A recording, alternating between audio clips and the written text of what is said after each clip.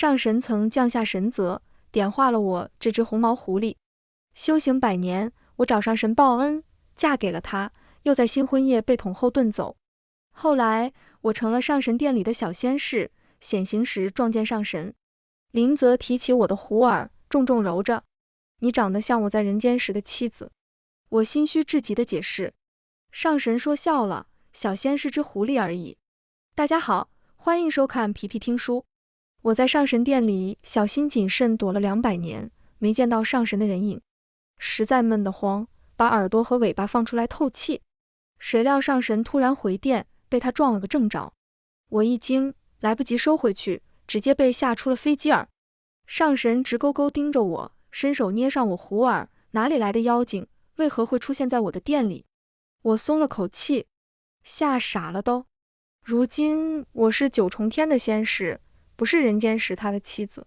上神在人间历勤节时，是个修无情道的修士，杀妻正道是他的宿命。为了报恩，我趁他下山历练，装成遇难的贵族小少爷，被搭救后死气白赖地跟在他身边。林泽嘴硬心软，说着不许，却还是纵着我勾引他。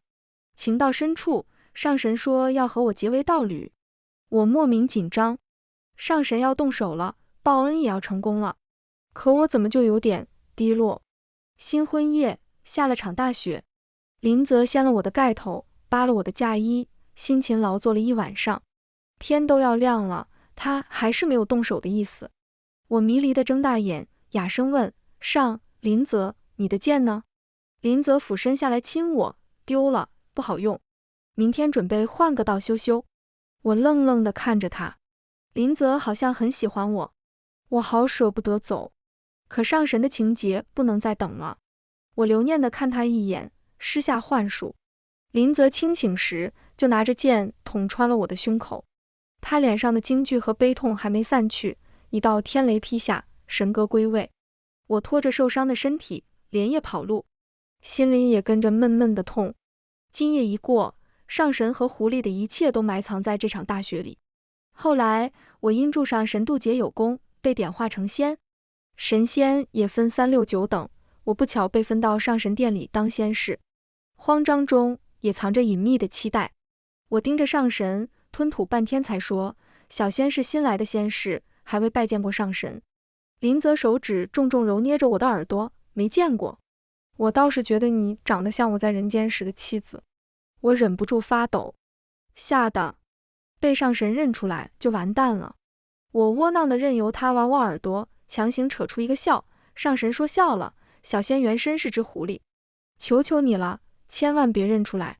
早知道就该老老实实的，不该把耳朵放出来透气。林泽勾起一丝笑意，眸子却是一派森寒。本上神从不说笑。我耳朵抖了抖，尾巴一下子夹紧了，腿一软，扑通一声在上神面前跪下，上神恕罪。我不是故意长得跟您妻子像的，以为是一锤子买卖，图方便用的自己原貌。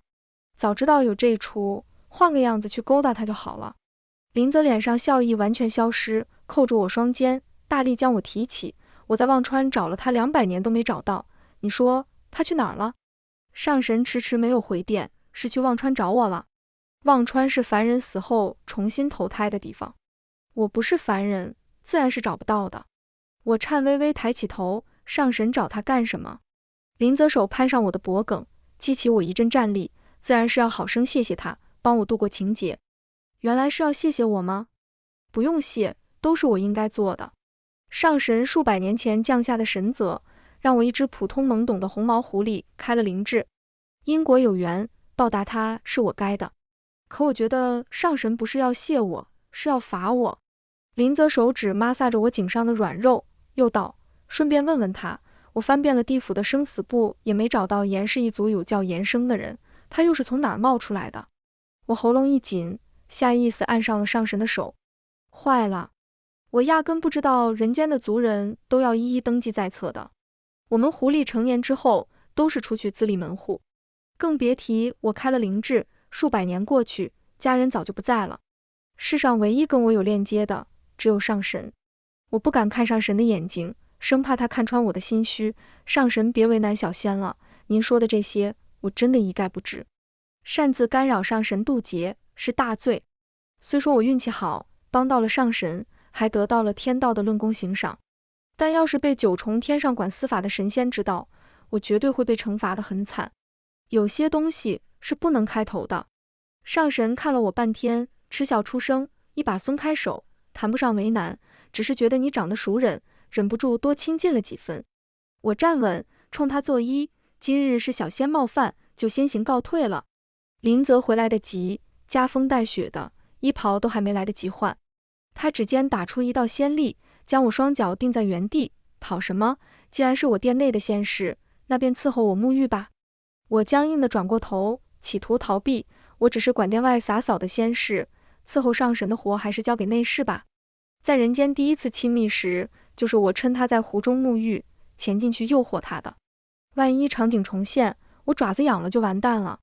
但是眼下的上神不是人间的修士，不好说话，没有给我说不的机会。林泽勾着衣领脱去外衣，丢在了我的脑袋上，跟上。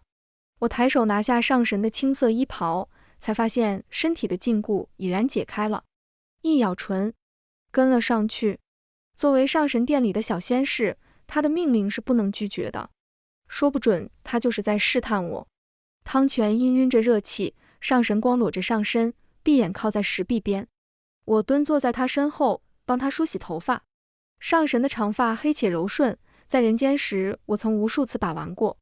其他仙士都说，伺候上神沐浴只能背身站着，等待上神的指令，还以为再也碰不到他头发了。运气还挺好，上神今日犯懒，让我帮他洗。林泽睁开眼，盯着偶尔划过眼角的细白指尖，转身一把将人带进水里。我一时猝不及防，扑腾着手臂，呛了好几口水。嗨可。林泽攥起我手腕，一把将我按进了怀里。想起你真身是只狐狸，灵泉对你有益，顺带一起洗洗吧。我是一只从小生活在陆地的狐狸，怕水。当初潜下水都做了很久的心理建设，这会儿被强拉进来，京剧中原形露了出来。耳朵沾了水，软哒哒的贴在头顶，还不得不感谢罪魁祸首，多谢上神抬爱，只是这不合规矩，还请让我上去。林泽掐住我的脸颊，漆黑的眸子逼近，在九重天，我就是规矩。我想扭过头，却被他死死掐着，动弹不得，一时间眼泪都逼出来了，哀求道：林泽，你不要这样。上神肯定把我认出来了，因为这句话是我说过的。他当修士被我轻薄的时候，耳根都红透了，抖着手要把我从他身上抓下去，嘴里哑声斥责：走开，这不合规矩。我报恩心切，手脚并用的在他身上乱摸，不要脸回，这条湖是我的，在湖里我就是规矩。林泽动作一顿，没反驳我的无稽之谈，任由我在他身上撒花。湖里我说的不算，是仗着林泽心软才能肆意妄为，但在九重天上，上神说的就是规矩。上神是鸿蒙时诞生的神，身负每万年封印魔渊的重任，所以才会历劫突破修为。林泽之外的神和仙都是后来天道点化的，就算他要把我捉去当坐骑，也没神仙敢说半个不字儿。坦白后，林泽手上松了力道，勾唇笑了一下，终于不装了，小骗子。他早就猜到了。我借机从他怀里脱身，连滚带爬的上水告罪，小仙一时鬼迷心窍，干扰了上神历劫，还请上神恕罪。我对上神的坏心思绝不能被上神发现。林泽从汤泉里起身，浑身湿漉漉地站在我面前，抓住我的头发，强迫抬起头：小狐狸，谁给你的胆子招惹我？我抖若筛糠，只要上神能息怒，什么惩罚严声都接受，只要别把我交给司法神处置，给上神当坐骑，我也乐意，起码还能留在上神身边。林泽手指下倚，划过我淌水的锁骨：你倒是敢说，是笃定我不会对你做什么？我当然笃定。上神活了数万年，清心寡欲，无欲无求，只有在降妖除魔时才会显露些许情绪，名声在三界出了名的好，就算封了记忆，成了凡人，也是鼎鼎有名的正道剑修。要不是遇见我，他甚至可能不会破戒，他现在肯定也不会对我怎么样的吧。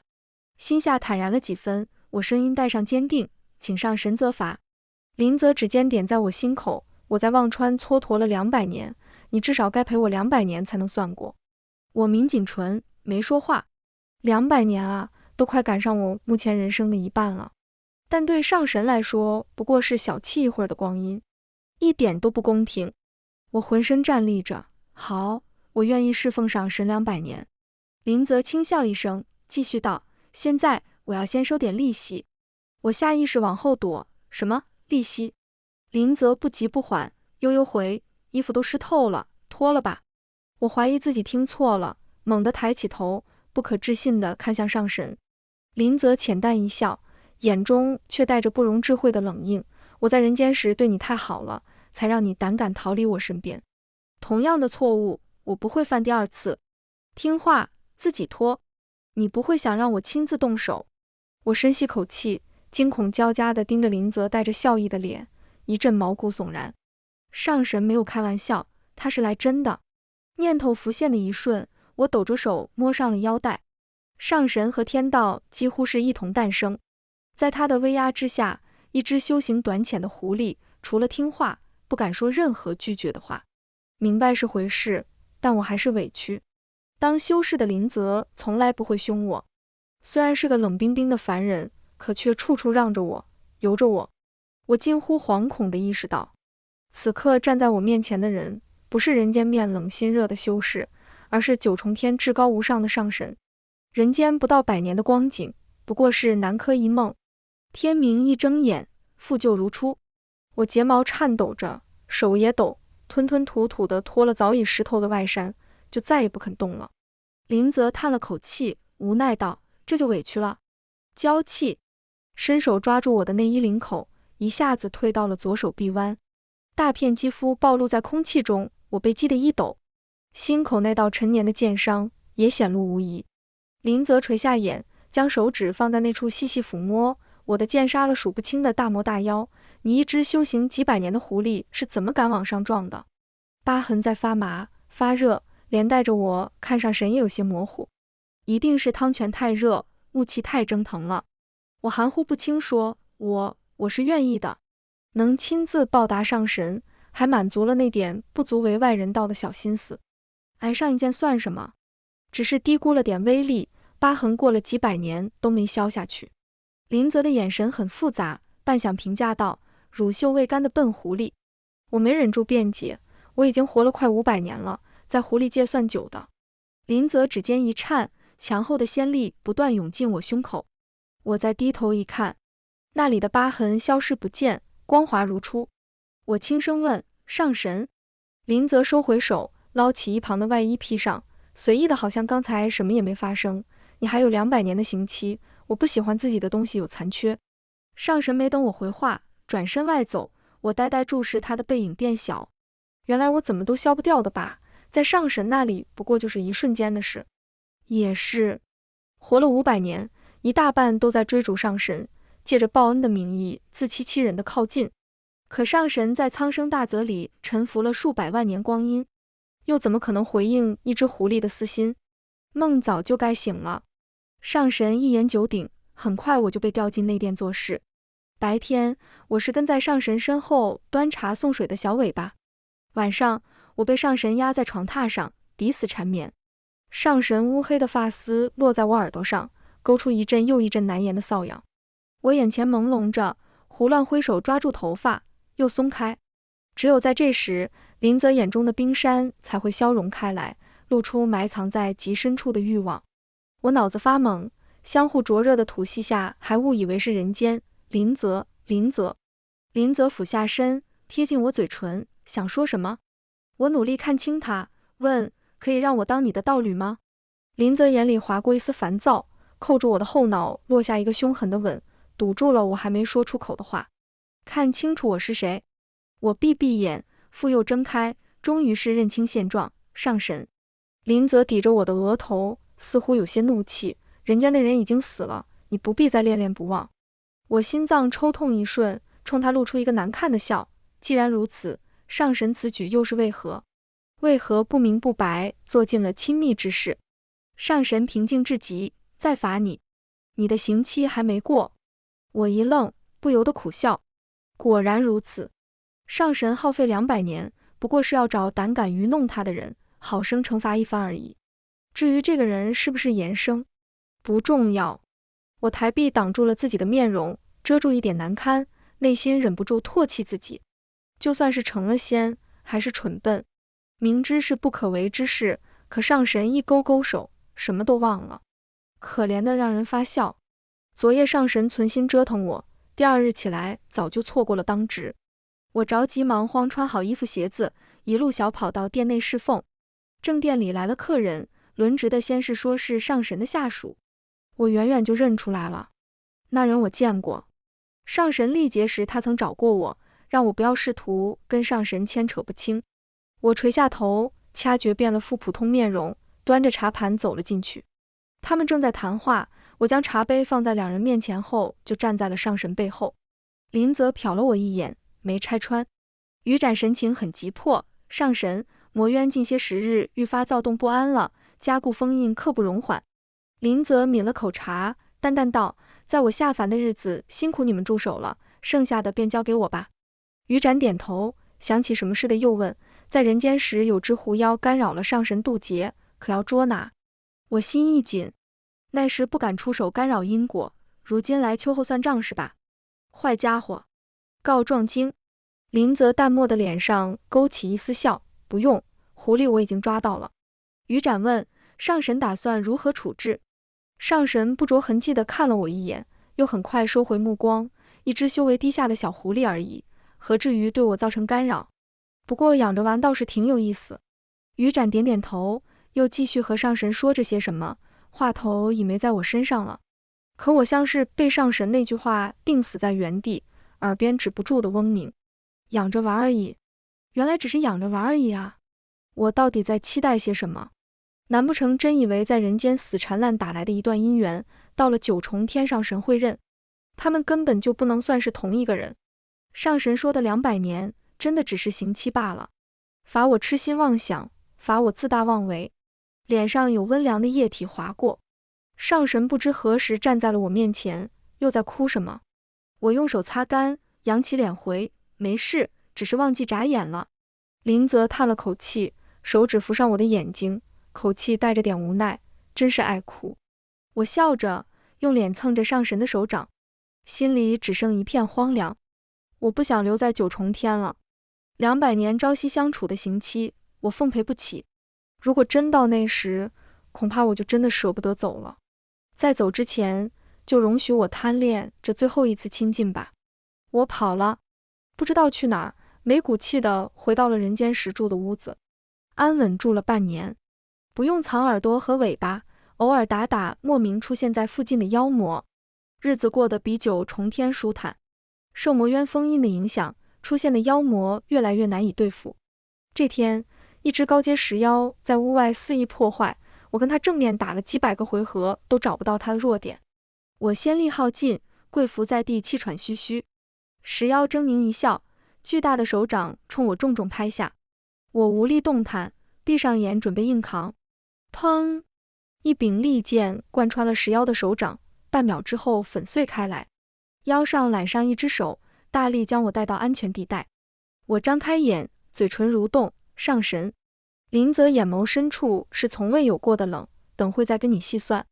我站着，看完上神向石妖击去，3招不到，石妖便倒地不起，彻底丢了生机。林泽一步步朝我走近，一把攥住我的手腕，你怎么总是学不乖？我挣扎着想往后退，这更加惹怒了上神，他半强迫着搂过我，不由分说地吻了下来。我瞬间动弹不得，只能被迫承受林泽堪称撕咬的吻。等到我快喘不上气，林泽才大发慈悲松开了口，还跑吗？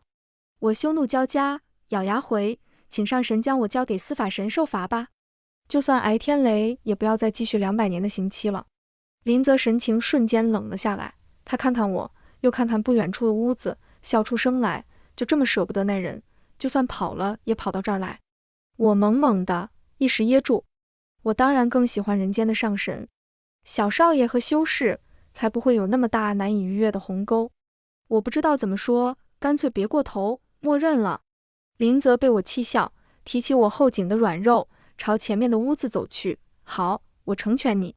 上神没打算轻易放过我，我被他提了一路，最后用力丢在了床上。林泽俯身而下，我看清他的刹那，瞳孔骤缩，惊叫出声：林泽，你这是做什么？上神他居然变成了人间时的装扮，还是大婚那晚上的。林泽扣住我乱动的手，一手往下解开我的腰带，还满意吗？我变成那修士的模样，这下你该愿意了吧？身上的衣服一点点变轻，我仙力还没恢复，手又动不了，情急之下使个蠢办法，竟放出了尾巴去卷林泽的手。不要，林泽，我不要。林泽动作一顿，松开了我的仅剩的衣服。我倒是忘了，你是只狐狸，那就把耳朵也放出来。我再也绷不住了，泪珠子断线似的滑出来。林泽，我讨厌你。衣衫彻底松散开，林泽的手指抚上，一寸寸抹撒着。他可以，我就不行。我哭的气都要没了。上神既然对我无心，又何必如此玩弄于我？就算过去我为了报恩干扰了上神历劫，可九重天自有天规刑法，还轮不到上神善用私刑。什么200年刑期，我不认。林泽俯身堵住我嘴巴，谁说我无心？是你一直对人间那小子念念不忘，可我便不回他，我只是让你认清现实。我疑惑着解释，可上神就是上神，我喜欢的一直都只有上神。林泽扬眉，手向下探去，我来不及制止，呜咽出声，整张脸都憋得通红。林泽笑道：我看出来了，你确实很喜欢我。我小声说：上神，你不能把我当成你随便养的宠物，养了就要负责，要养一辈子的。林泽道：你不是宠物，是我的伴侣。现在我们继续那晚在人间未完成的事吧。延生，我没来由浑身一颤。那晚，又是一整晚，我的腰都要散架了，还好是先身，勉强受得住。那晚过后，上神迷上了扮演戏法，他是修士，我是小少爷，我们一起生活在小屋子里，过着没羞没臊的快乐日子。才怪！我在上神的淫威之下，被迫苦修。用上神的话说，我老晕倒，身体太差了，必须加强修炼。又练了一整天，我累得胳膊都抬不起来，一沾上床就成了一滩狐狸泥。上神揉我的耳朵，今天多学了几个剑招，干得不错。我哀怨地看他，上神，明天我想休息。揠苗助长也不带这样拔的啊，等下还没长高，人先累死了。林泽摸上我的脸，不想学东西，是想干点其他的。累死了，才不要。我耳朵竖起来，干脆直接变成了圆形，迷糊的哼唧，不要，我要睡觉。林泽眸色一软，把我抱到他腿上，一下一下的顺毛。延生，你成仙无意中走了捷径，才导致你实力太弱，你须得努力修炼，尽快弥补上这些空缺，否则以后再遇见高阶的魔兽，你仍然不是对手。我舒服地翻了个肚皮，上神厉害，我和上神在一起不会有危险的。林泽敲了一下我脑袋，我总会有不在的时候。我转过头，舔了舔上神的手背。上神说我是他的伴侣，我要一辈子缠着上神，才不会分开。第二日醒，上神不见了，只剩他的剑孤零零靠在床头。上神还留了张纸条，说他要去封印魔渊，让我在人间好好修炼，等他回来检查。我拿了剑，一只狐狸练了好几天，心里不安稳，姿势也逐渐变形，总感觉会出事。我等不下去，直奔九重天找上神。昔日冷清的上神殿围满了神仙，我不安之感加重，挤过神仙们往中心靠。上神昏睡在榻上，满身都是带血的伤口，还在不断往外渗出魔气，是我从未见过的虚弱，就好像随时会死去。我心间剧烈一颤，爪子一使劲扑到了上神旁边，慌乱地问：这是怎么了？不是说封印魔渊吗？为什么会受这么重的伤？于展打量着我，半晌笃定道：是你，人间那只狐狸。想不到你竟然成了仙，还对上神纠缠不放。我没空搭理他的嘲讽，只是不断追问上神到底怎么了。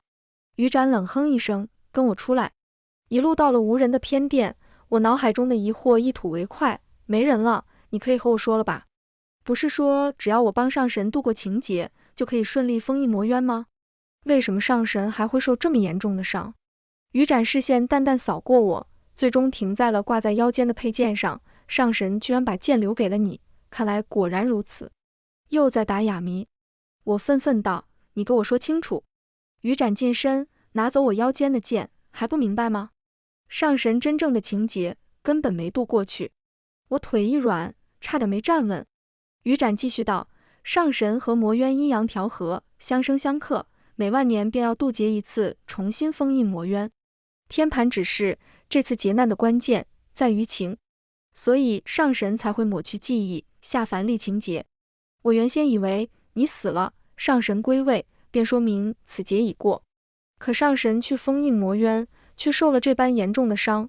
之前我想不通为什么，看见你时却想通了。我唇瓣颤抖着，说出心底最坏的猜测：你的意思是，只有我真的死了，上神的情节才能算结束？余斩看着我，带上一丝怜悯，点下了头。这只是我的猜测，不过也没更好的解释了。将剑递给我，小狐狸，上神安危事关天下苍生，绝不能让魔渊封印被破，就算只有一丝希望，也必须一试。我抖着手接过剑，看着剑刃上的倒影，狐狸耳朵又冒出来了。林泽说的对，我修行不够，连元身都控制不住，根本就没资格成仙。就连幼年时能在那场大灾中活下来，都是沾了上神神泽的光。人间一场，本是为了报恩，却阴差阳错害了上神。上神不能有事，苍生的安危还系在他身上。如果用我一个就能让上神顺利度过情劫，那试一试也是很值得的。毕竟做神仙就该拯救苍生的，只是可惜，怕是没机会跟上神见面了。我握紧剑柄，坚定道：我闯的祸，我愿意弥补。不就是再捅一次吗？一点都不痛。假的，痛死了。剑头才没进，我就痛得止不住喘气。我狠下心，手里一个用力，可剑停在胸口，怎么也进不去了。烦，死都不让我死个痛快。我有气无力冲余斩喊：你还在看什么？帮忙啊！余斩愣了几秒，指尖才碰上剑，剑就不听使唤地从我手中挣脱，猛地向余斩击去。他反应不及，胳膊上见了红，剑才停下攻击，飞向门外。我抬头一看，上神手中握着剑，缓缓走进来。你们在干什么？余斩见状，立刻拱手请罪：上神，要度过情劫，必须如此啊！林泽烦躁地一甩袖子，沉声道：余斩，魔渊蠢蠢欲动，你不好好在外镇压，竟然还有闲情逸致在这里诓骗一只狐狸。我捂着心口：上神，我是自愿的。林泽一记眼刀：闭嘴！我耳朵耷拉下，不敢多言。上神好凶！余斩硬着头皮劝：上神，情劫不渡，您如何封印魔渊？我知道您心有不忍，但这也实属无奈之举。林泽不下威压，冷冷打断：做好你自己的事情。我还没到需要牺牲他人来增强实力的地步。你要是闲得慌，滚下人间去历练几世再回来。余斩被压得双膝跪地，额上不住往外冒冷汗：是，属下告退。我看着余斩狼狈地跑走，心里越加没底。林泽转过身，用剑挑起我的下巴：我给你留剑是用来护你的，你是怎么敢用它来伤自己的？我咬牙：上神，造成如今的局面我难辞其咎，还请给我一个将功赎过的机会。林泽眉心微皱，将剑收回，按住我的肩膀，顺势抵在了身后的桌案上。我不许，我也不想，可已经没有办法了。我手撑在桌子上，试图说服上神，可还记得数百年前在一座荒山施下了一场神泽？林泽手指抚摸着我的唇：记得。我心一喜，强人养意继续说：神泽让荒山重新有了生机，也让我一只虚弱的又离开了灵智。那时我便下定决心，若有机会，一定要成为像上神一样拯救苍生的神仙。若是因我之过，让魔渊封印松动，危害三界，延生万死难救。林泽手掌按上我胸口，度过先例治好了先前伤口，延生历劫失败缘由在我，与你无关。而且就算历劫不成，我也能封印魔渊。我还是有点不相信，真的。可是这次你回来就受了很严重的伤。林泽微微一笑：低下身着吻我的唇角，手指也暗暗勾着我的衣服。我象征性挣扎了几下，便由着他了。没法骗自己，我喜欢上神，喜欢和上神亲近，刻在骨子里的，拒绝不了。林泽动作慢慢的，很温柔，很眷念，跟平时一点也不一样。我本该很高兴，误会说开了，我又能做一只被上神庇护的小狐狸。可莫名的，每一个灼热的吻，我都觉得苦涩。我解释不清这情绪到底是什么，只感觉心口被灌满了苦水，一茬一茬往外冒。我亲亲上神的嘴角，林泽，你不要骗我。林泽一顿，手搭上我的脑袋，连着耳朵一起揉了揉。放心，我怎么舍得留下你一只小狐狸？乖乖睡一觉，醒来一切都会好的。我眼皮忽地变沉，头好晕。上神真的不会骗我吗？这一觉我睡了很久，睡得很沉，像是被掩住，怎么也醒不过来。等醒过来时，出了一身虚汗，后背都被浸湿了。四周无人，我连鞋也没穿，巨大的不安催使着我奋力向前跑。出门的瞬间，廊上挂着的白布冲击着我的眼泪。我扶着门框，指头深深扣进木头里，身子不住地瘫软下去。不会的，不会的，林泽一定不会出事的。他明明答应过不会骗我的，他说过不会丢下我的。一只手搭上我肩头，我丢掉的魂一下子归了位，抬头喊上神。不是上神，是于展。于展将我扶起来，我焦急问上神在哪儿？于展眼中藏着伤感，上神不在了。我脑子里轰的一声炸开，艰难道什么叫不在了？于展已经收好情绪，缓缓道来，3日前上神为了封印魔渊，献祭了自己，那日在魔渊便当场消散了。才不会！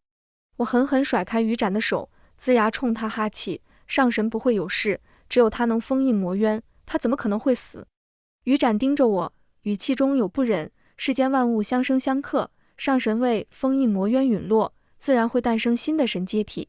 言生，此前是我心急，劝你做出不妥之事，但是已至此，斯人已逝，你好生活下去。我推开他，浑浑噩噩地游荡在九重天，每走几步，便见一寸刺眼的白布。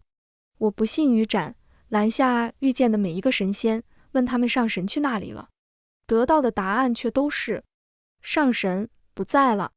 走了一圈，一抬头，又是上神的宫殿。我几近窒息地跪倒在地，捂住眼睛也挡不住眼泪决堤。上神真的不在了，他骗了我，我再也见不到他了。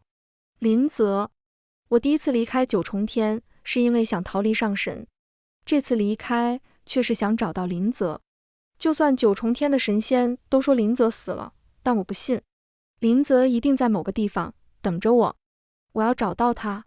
我在春天的时候从人间的小屋子出发，穿行在3界各处，去每一个林泽曾经去过的地方。不知不觉中走过了500年，从一开头的满怀希望，再到次次落空的疲倦迷惘。我咬紧牙关坚持着，直到我发现林泽遗留的东西开始消失了，穿过的衣服，九重天的宫殿，甚至是人间修筑的庙宇，都消失不见。我怔然，原来神仙真正的陨落，与他相关的一切也会消散的吗？我做的一切全是无用功。在上神的剑也快消失的时候，我回到了小屋，恰好是一个冬天，屋檐上垒了厚厚的雪，又是一只狐狸过的寿辰。我拿着逐渐透明的剑，细细擦拭着，等剑消失，屋子也消失，我就不找你了，我亲自去见你。我蜷在床上，抱着剑，半夜怀里一轻，剑在我眼前化为烟粉，我缩着，眼眶一热，泪珠啪嗒啪嗒落在枕头上。林泽，要是再让我找不到你，我就又要伤害自己了。哭声似是惊了檐上积雪，屋外传来悉索响动，木门吱嘎一声，我心神一动，起身狂奔。林泽带着斗笠推门而进，他抬起沾着细雪的脸，弯眸对我笑。我鼻子一酸，飞扑上前，紧紧将他抱住，生怕我一松手，人就消失不见了。林泽手掌轻拍我后背，一下下安抚，生辰快乐，我们狐狸1000岁了。我抽噎着控诉，林泽，你个大骗子，你让我找了500年，我讨厌你。林泽轻轻舔去我脸颊的泪痕，那就罚我一辈子陪在狐狸身边。番外林泽视角，按理说人间历劫时的记忆是不会记得的，可延生胸口插着剑流血的模样，我却始终忘不掉。我离开九重天，去忘川找人，200年一无所获。余斩传来消息，魔渊有异动，我不得不回上界。谁知道在店里，我遇见了一只小狐狸，原来是只狐狸，还躲到我的宫殿里了，怪不得找不到。它才500来岁，什么都不懂，蠢得可爱。200年，我会让它喜欢上我，甘愿留在我身边。慢慢的，我什么都同它做了，却无意中发现，延生喜欢的或许只有人间那个修士，我无法接受。小狐狸喜欢的只能是我，和他在一起的也只能是我。为了让他认清现实，我在余斩面前故意说了那些话。一盏茶功夫，狐狸跑不见了。他胸口有我先例，我找到他躲在人间的屋子里去了。我赶到时正好救下他，要不是我及时，他差点被那只丑妖怪拍死。我想惩罚他，换了修士的衣裳，把人弄到床上，还没做点什么，延生就哭着说讨厌我。我问他是不是只喜欢人间那个修士，他说上神就是上神，喜欢上神。我心口一软，算了，他才多大，以后慢慢会分清的。就算分不清，那个修士也是我，这不重要，重要的是我得教他修炼，否则以后我不在，他还得被欺负。延生修炼才有了起色，魔渊那边就等不及了。我去了一趟，力量竟然是前所未有的强。我一时不慎，负伤昏迷，醒来时就撞见这笨狐狸拿着我的剑往自己心口捅，嘴里说着要帮我渡情劫。啥？让我放不下心。为了封印魔渊，我献祭了自己，意识浮沉在3界，始终散不去。我看见我的小狐狸在等我，执念越来越深，于是我散落在4处的神识开始汇聚。